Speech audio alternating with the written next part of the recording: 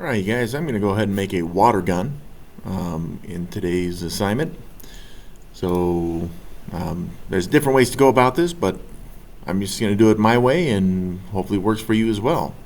Remember though, as you do the coding, look for any capitalization and errors as you go along.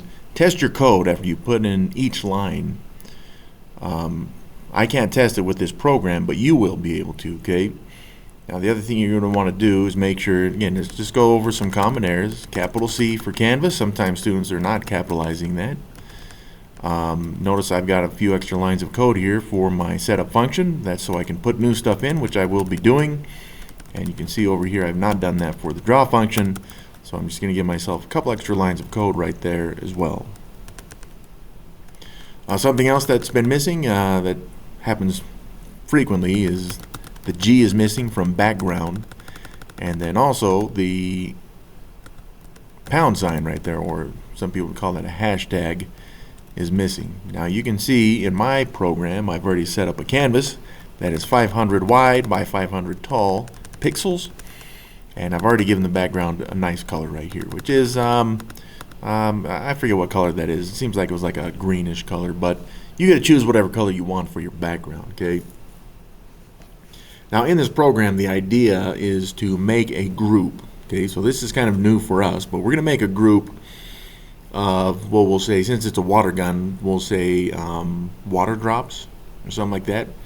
So I know in the future I am going to need a water drop, okay? So I'm going to come up here to my universal variables. I'm going to say we're going to make a water drop, or I guess you could even call it a water stream if you wanted to. Either way, it doesn't really matter. And in addition to that, we're also going to be making a group for the water. So you can call it whatever it is, whatever you want to there, but we'll call it the group, because that's what it is. And this is for the water, okay? So we're going to need these two, and what we're going to end up doing is putting all of the sprites and objects from the water stream into the water group. Now to do this, first off, let's just look at this next line of code for us in the setup function, okay? Now again, there's lots of different ways you can do this, but in the setup function, remember I'm going to be running any custom functions for the setup at least. And today, you know what, we'll go ahead and show you that it's possible to run custom functions for the draw function.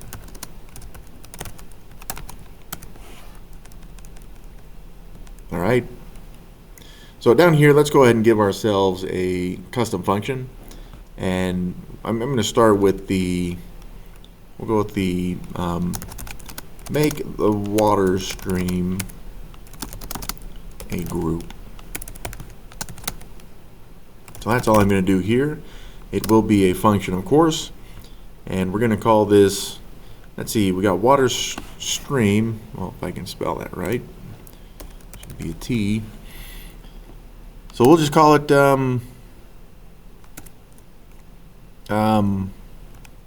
water grouping. How about that?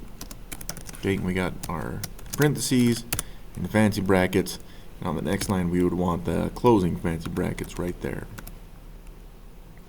So let's go ahead and make our water stream a group, and we already know we have group water up there at the top, so we're going to make it a group, and this is very similar to making it like a new sprite. So I'm going to go with group water, group capital A water, equals, and this will be a new, now again we're used to seeing new sprite right there, but I'm going to put a new group. Now if you try to run this program at this point, you're not going to see anything happen really, and that's because we haven't actually run the program, and we actually haven't put anything into the program, okay? So up here on line 9, I'm going to actually go ahead and run my water grouping function, water grouping parentheses, okay? Now if you were to run this, again, you're not going to see anything, but the background should show up, and again, I think this is like a like a light greenish color. Maybe it's a dark green. I don't know. It's green. Okay, now down here, remember what we'd like to do is make our water appear to be like water, and it's going to be a stream. Okay, so what I'm going to do is in this group water, which we have now made a group, I'm going to give characteristics to the items in that group. So this goes towards what grouping does for us. Grouping, when you make a group, it means that you don't actually have to make every single object its own sprite.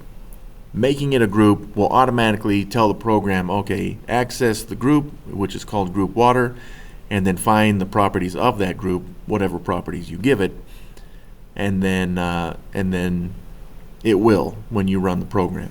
Now again, we haven't actually ran the program to show that that is going to be a sprite yet, but we'll take care of that.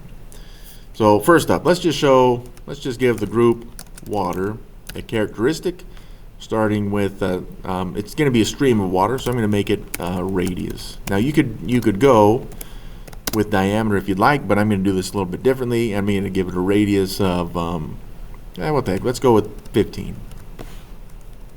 But again, you get to choose whatever the radius is. Now it would be nice to get this to show up, right? So before I do anything else, let's go ahead and get this to show up. So I'm going to need a new function. Now we know that the water grouping function was called out up here on line 9 inside of the setup function. But now I'm going to make a new function for the running, or let's see, to make the water stream, and also let's see, and to give the user a way to do that. Okay.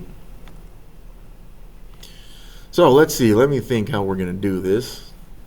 So let's go with let's make this function make the stream. Now to do that, I'm going to make it a water gun. Okay, so I'm going to say function, and I'm going to call it my water gun function. So I got my parentheses there, fancy brackets, and then of course I need a closing fancy brackets down here at the bottom. So how am I going to do that? Well, remember what I need to do is I need to take my group water, which is going to have at least a radius of 15 right now. And again, you should have run the program after doing that. But up here, remember I have water stream and group water. So group water was to make it a grouping of water. Now I'm going to make it a water stream. So down here on line 26, inside my water gun function, I'm going to take my water stream and I'm going to make it a new sprite. Okay, so it will show up. Now go ahead and run this program, and what you'll see is nothing because we have not actually run this water gun function. Okay, so up here I'm going to run my water gun function up here in the draw function, okay, because what I'd like to do is make it so that when the user presses the mouse button, then it will show up. So that's what we're going to do. Make the stream fire out when the user presses the mouse button. Okay. So this for me is going to be an if statement. My Boolean in this case will be if the user presses on the mouse, and I'm going to go with pressing on this one so they can hold it down if they'd like. Okay, so that's my conditional if statement. Then what will happen? Well, then we will go ahead and run the water gun function. Okay, so again, I'm showing you.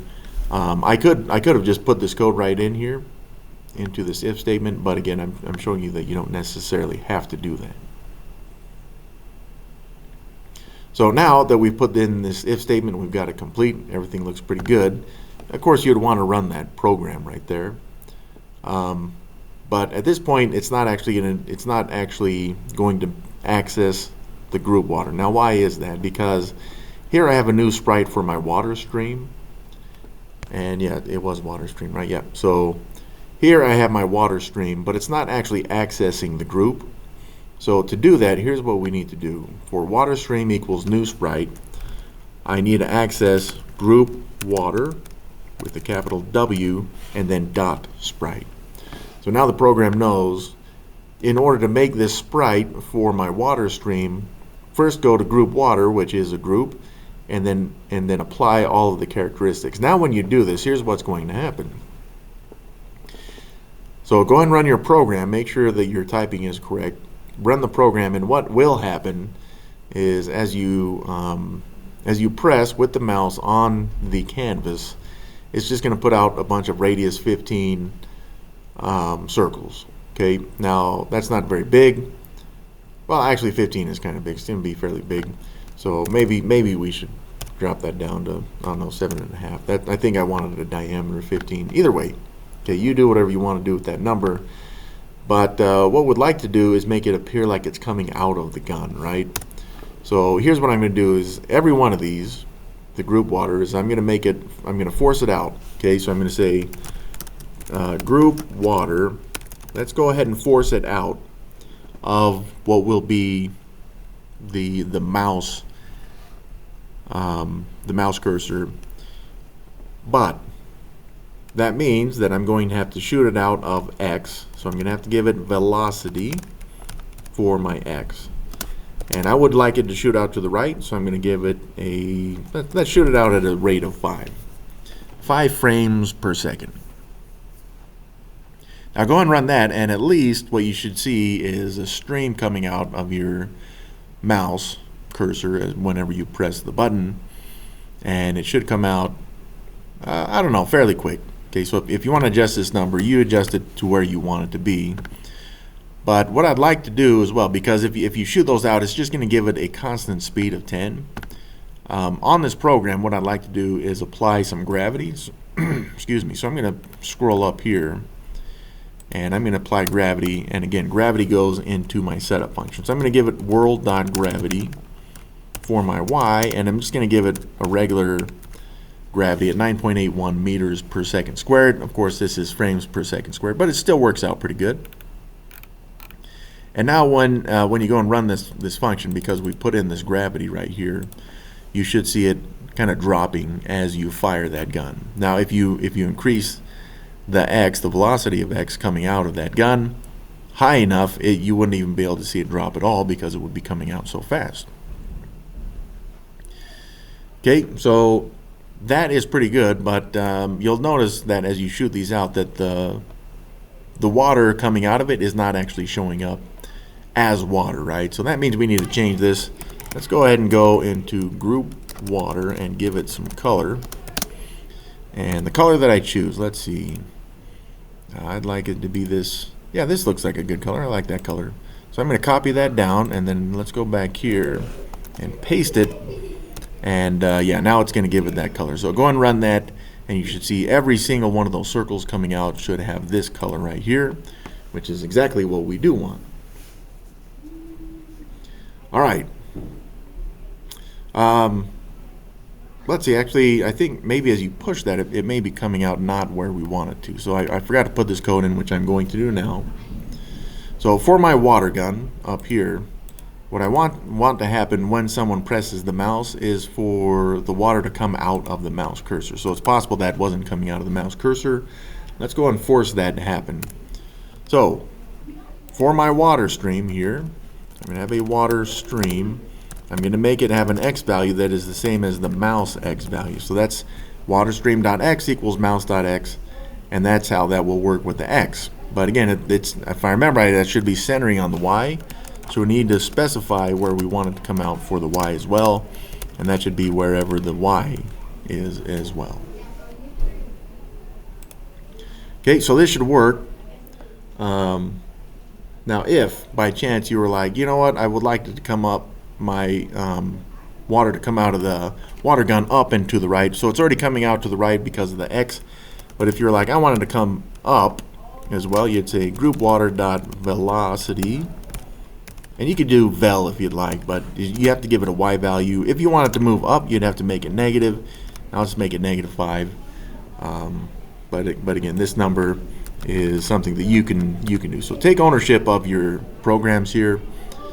Notice again for my water grouping, which is being called out up here in my setup function, that this velocity is taking place for every single drop of water or water that comes out of my water stream. So go ahead and run that and see if it works. It should work at this point. The two main parts that you need were from line 30 on mine, and then also, let's see, I think it was up here. No. Maybe it was this one where we make a new group. Oh, no, I'm sorry. It is line 30, but it's also line 38. Those are the two lines that you need for this assignment, okay?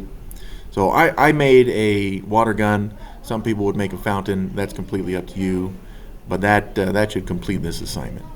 So thanks for watching, you guys.